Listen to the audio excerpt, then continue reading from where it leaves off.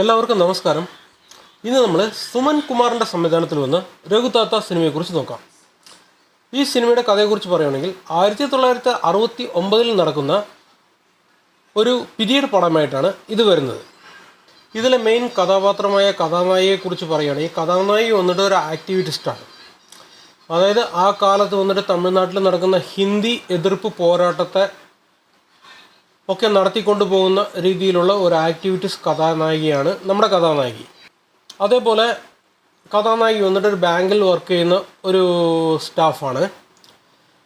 അങ്ങനെ ഇരിക്കുമ്പോൾ വന്നിട്ട് കഥാനായികയുടെ അപ്പൂപ്പന് വന്നിട്ട് സുഖമില്ലാണ്ട് പോവുകയും, അതായത് ഞാൻ മരിക്കുന്നതിനുള്ളിൽ എൻ്റെ കൊച്ചുമക്കളുടെ വിവാഹം കാണണം എന്ന് ആഗ്രഹപ്പെടുകയും അതിനനുസരിച്ച് വന്നിട്ട് അവസരമായിട്ട് വന്നിട്ട് കല്യാണാലോചനകൾ നടത്തുകയും ചെയ്യുന്നു. അങ്ങനെ ഇരിക്കുമ്പോൾ ഈ പെണ്ണ് ആക്ടിവിറ്റിസ്റ്റ് ആയതുകൊണ്ട് കല്യാണാലോചനകളൊന്നും വരുന്നില്ല. അങ്ങനെ ഇരിക്കുമ്പോൾ വന്നിട്ട് ഇയാളുടെ കൂടെ തന്നെ ഫ്രണ്ടായിട്ടുള്ള ഒരു ആക്ടിവിറ്റിസ്റ്റിനെ തന്നെ കല്യാണം കഴിക്കാം എന്ന് ആലോചിക്കുന്നു. അങ്ങനെ ഇരിക്കുമ്പോൾ ഹിന്ദിക്ക് വന്നിട്ട് വിരോധികളായിട്ടുള്ള ഇവർക്ക് ഒരു സിറ്റുവേഷൻ വരുന്നു. അതായത് ഹിന്ദി പഠിച്ചിട്ട് ഒരു എക്സാം എഴുതേണ്ട ഒരു ആവശ്യം വരുന്നു. ഇങ്ങനെ ഇരിക്കുമ്പോൾ ഇവരുടെ കല്യാണം എന്തായി, ഈ ഹിന്ദി പഠിക്കേണ്ട ഒരു സിറ്റുവേഷൻ വന്നിട്ട് ഇവരെങ്ങനെ തരണം ചെയ്യുന്നു എന്നതിനെ ചുറ്റിപ്പറ്റിയാണ് കഥ.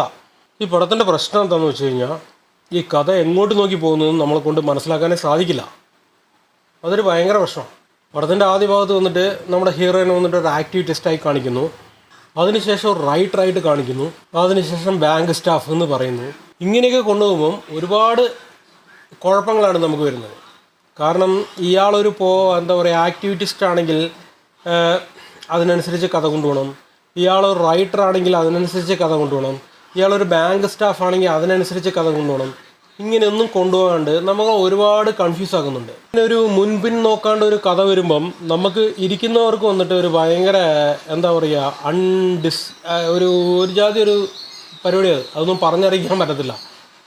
അതേപോലെ ഈ പടം കോമഡി പടമാണോ അതോ ഒരു സീരിയസ് പടമാണോ എന്ന് മനസ്സിലാക്കാൻ തന്നെ ഫസ്റ്റ് ഹാഫ് ആയി കഴിഞ്ഞു.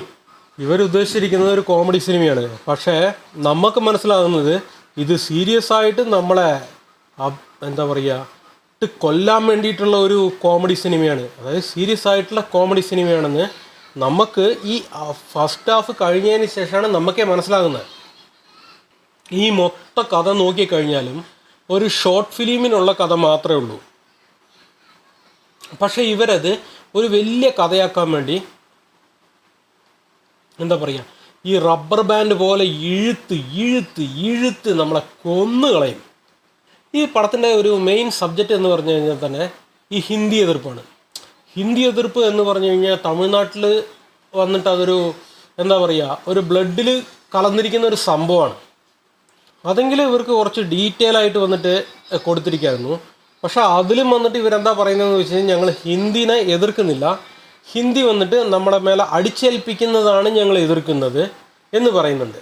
അതെങ്കിലും കുറച്ച് ഡീറ്റെയിൽ ആയിട്ട് നമുക്ക് പറഞ്ഞിരുന്നെങ്കിൽ ഓക്കെ, നമുക്ക് ഈ സിനിമയിൽ ഇങ്ങനെയൊരു മോറൽ കിട്ടി എന്ന് സമാധാനിച്ചിട്ടെങ്കിലും ഇറങ്ങി വന്നിരിക്കുകയായിരുന്നു.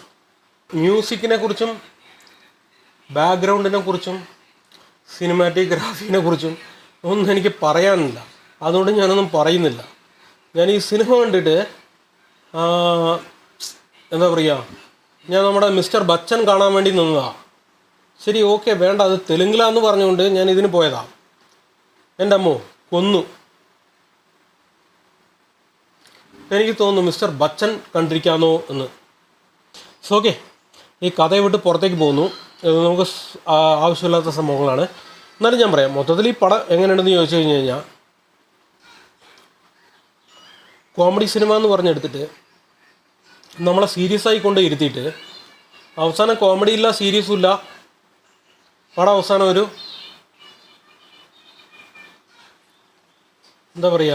മൊക്കപ്പടായി. അപ്പം എൻ്റെ അഭിപ്രായം ഇത്രേ ഉള്ളൂ. എന്നാൽ ശരി, താങ്ക് യു, ബൈ.